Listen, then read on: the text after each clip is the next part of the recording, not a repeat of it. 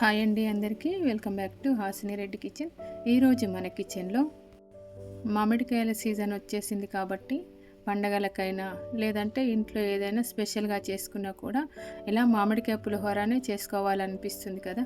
మిగిలిన టైంలో చింతపండు పులిహోర అలాగే నిమ్మకాయ పులిహోర చేసుకుంటాం. మరి మామిడికాయలు ఉన్నప్పుడే మామిడికాయ పులిహోర చేసుకుంటాం కదా. మరి మామిడికాయ పులిహోరని సింపుల్ అండ్ టేస్టీగా ఎలా చేసుకోవాలో చూపించబోతున్నాను. పండగలకి కొంచెమైనా పులిహోర ఉంటేనే పండగలా అనిపిస్తుంది కదా. మరి సింపుల్ అండ్ టేస్టీ మామిడికాయ పులిహోర ఎలా చేసుకోవాలో చూసేద్దాము. ముందుగా మామిడికాయ తీసుకొని దాన్ని శుభ్రంగా కడిగేసిన తర్వాత ఈ పైన పార్ట్ కొంచెం కట్ చేయాలి. తర్వాత మామిడికాయ పొట్టు కూడా తీసేయాలి. మామిడికాయ పొట్టు పులిహోరకి అస్సలు బాగుండదు. నిల్వ ఉండే పచ్చడి కానీ లేదంటే రోటీ పచ్చడికైనా సరే ఈ పొట్టు ఉంటే బాగానే ఉంటుంది, కానీ మామిడికాయ పులిహోరకి పొట్టు అస్సలు బాగుండదు. ఇలా పొట్టు తీసేసిన తర్వాత దీన్ని చిన్న చిన్న ముక్కలుగా కట్ చేసుకోవాలి. చూడండి, ఇలా ముక్కలు రెడీ చేసుకున్న తర్వాత వీటిని మిక్సీ జార్లో వేసేసుకొని మిక్సీ పట్టేయాలి. అయితే మిక్సీ పట్టేటప్పుడు మధ్య మధ్యలో ఆపుకుంటూ మిక్సీ పడితే కరెక్ట్గా మిక్స్ అవుతాయి. అంటే మరీ పేస్ట్లా కాకుండా మరీ ముక్కలా కాకుండా మామూలుగా ఇట్లా కచ్చపచ్చలాగా ఉంటాయి. దీన్ని తాలింపు చేసే కంటే ముందు రైస్ వండుకుందాం. నేనైతే రైస్ వండడానికి విజిల్ కుక్కర్ తీసుకుంటున్నాను. దీనికి రైస్ వండాలంటే 1 కప్పు బియ్యం వేస్తే 2 కప్పుల నీళ్ళు అయితే కరెక్ట్గా సరిపోతాయి. పులిహోరకి అన్నం మెత్తగా ఉంటే బాగుండదు కాబట్టి ఇట్లాగైతే కరెక్ట్గా సరిపోతాయి. తర్వాత దీంట్లోకి అన్నం కలర్ రావడానికి 1/2 టీ స్పూన్ వరకు పసుపు కూడా వేసేసుకోవాలి. అలాగే అన్నం కూడా కొంచెం విడివిడిగా రావాలి కాబట్టి 2 టీ స్పూన్స్ వరకు వంట నూనె కూడా వేసుకోవాలి. తర్వాత 1 టీ స్పూన్ వరకు శనగపప్పు వేస్తున్నాను. అన్నం వండుకునేటప్పుడు శనగపప్పు వేసుకుంటే కరెక్ట్గా ఉడుకుతుంది కాబట్టి తినడానికి బాగుంటుందని దీంట్లో వేశాను. తర్వాత దీనికి విజిల్ పెట్టేసి 2 నుండి 3 విజిల్స్ వచ్చే వరకు ఉడికించుకుంటే సరిపోతుంది. తర్వాత మామిడికాయ పులిహోర తాలింపు కోసము 4 పచ్చిమిర్చిలను ఇలా చిన్నగా కట్ చేశాను. అలాగే 4 ఎండుమిర్చిలను కూడా ఇలా కట్ చేసి ఉంచాను. తర్వాత కరివేపాకు, 1 వెల్లుల్లి కూడా పొట్టు తీసేసి ఇలా దంచి రెడీ ఉంచుకోవాలి. మామూలుగా పులిహోరలో ఎక్కువగా వెల్లుల్లి వేయరు, కానీ మామిడికాయ పులిహోరకి వెల్లుల్లి వేస్తేనే బాగుంటుంది. తర్వాత 1/2 కప్పు వరకు పల్లీలను కూడా ఇలా రెడీ ఉంచుకోవాలి. తర్వాత స్టవ్ పైన 1 గిన్నె పెట్టేసి దాంట్లోకి 30 to 40 ml వరకు ఆయిల్ వేసుకోవాలి.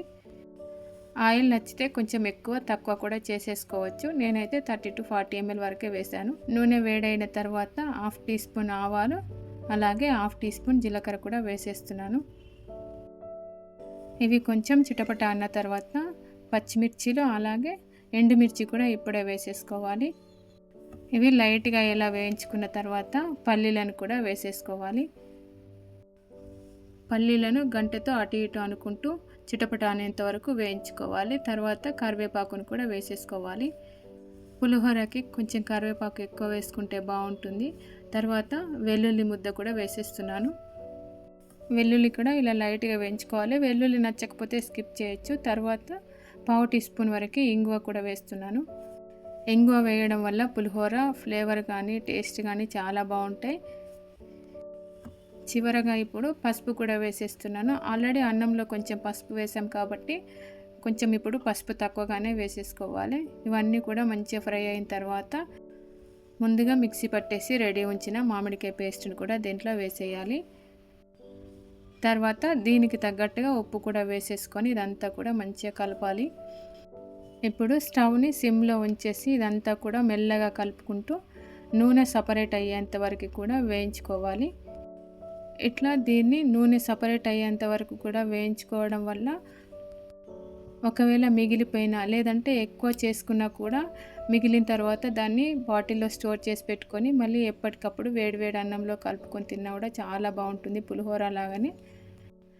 ఎక్కువ మామిడికాయలు ఒకవేళ ఉంటే కనుక ఇట్లా చేసి పెట్టేసుకొని స్టోర్ చేసుకోవచ్చు. అట్లా కూడా చాలా బాగుంటుంది. ఎప్పుడంటే అప్పుడు పులిహోర ప్రిపేర్ చేసుకోవచ్చు క్షణాల్లో. ఇలా నూనె సపరేట్ అయిన తర్వాత స్టవ్ ఆఫ్ చేసేసి దీన్ని చల్లగా చేసుకోవాలి. ఈ లోపల అన్నం కూడా ఉడుకుతుంది కాబట్టి చూడండి, ఇట్లా ఉండేటట్టు అన్నం ఉంటేనే బాగుంటుంది పులిహోరకి. అన్నం ఇలా విడివిడిగా రావాలంటే మాత్రం అన్నంలో కొంచెం నూనె వేస్తే ఇట్లా విడివిడిగా చాలా బాగా ఉడుకుతుంది.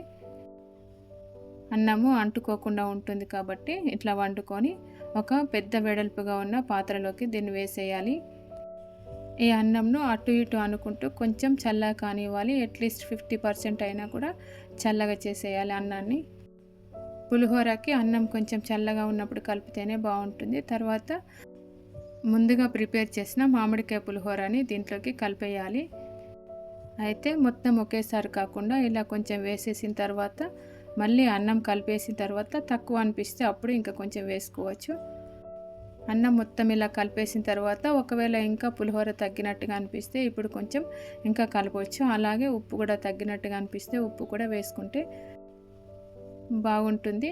మరి ఇంతేనండి మామిడికాయ పులిహోర చేసుకోవడం. అయితే మీకు ఈ మామిడికాయ పులిహోర నచ్చేసిందా? అయితే ఖచ్చితంగా మరి మీరు కూడా మీ ఇంట్లో ట్రై చేయండి. ఖచ్చితంగా మీరు కూడా చాలా బాగా చేస్తారు. మరి మీకు ఎలా వచ్చిందో కామెంట్ బాక్స్లో కామెంట్ చేయండి. ఎప్పటిలాగానే వీడియో చూసిన తర్వాత వీడియోని లైక్ చేయడం, షేర్ చేయడం అయితే అస్సలు మర్చిపోకండి. మరిన్ని మంచి రెసిపీస్ కోసం హాసిని రెడ్డి కిచెన్ ఛానల్ని అయితే సబ్స్క్రైబ్ చేసుకోండి. అలాగే ఇప్పటివరకు గంట సింబల్ టచ్ చేయకపోతే పైన గంట సింబల్ కూడా టచ్ చేయండి. ఫైనల్గా ఈ వీడియో చూసిన వాళ్ళందరికీ కూడా చాలా చాలా థ్యాంక్ యూ.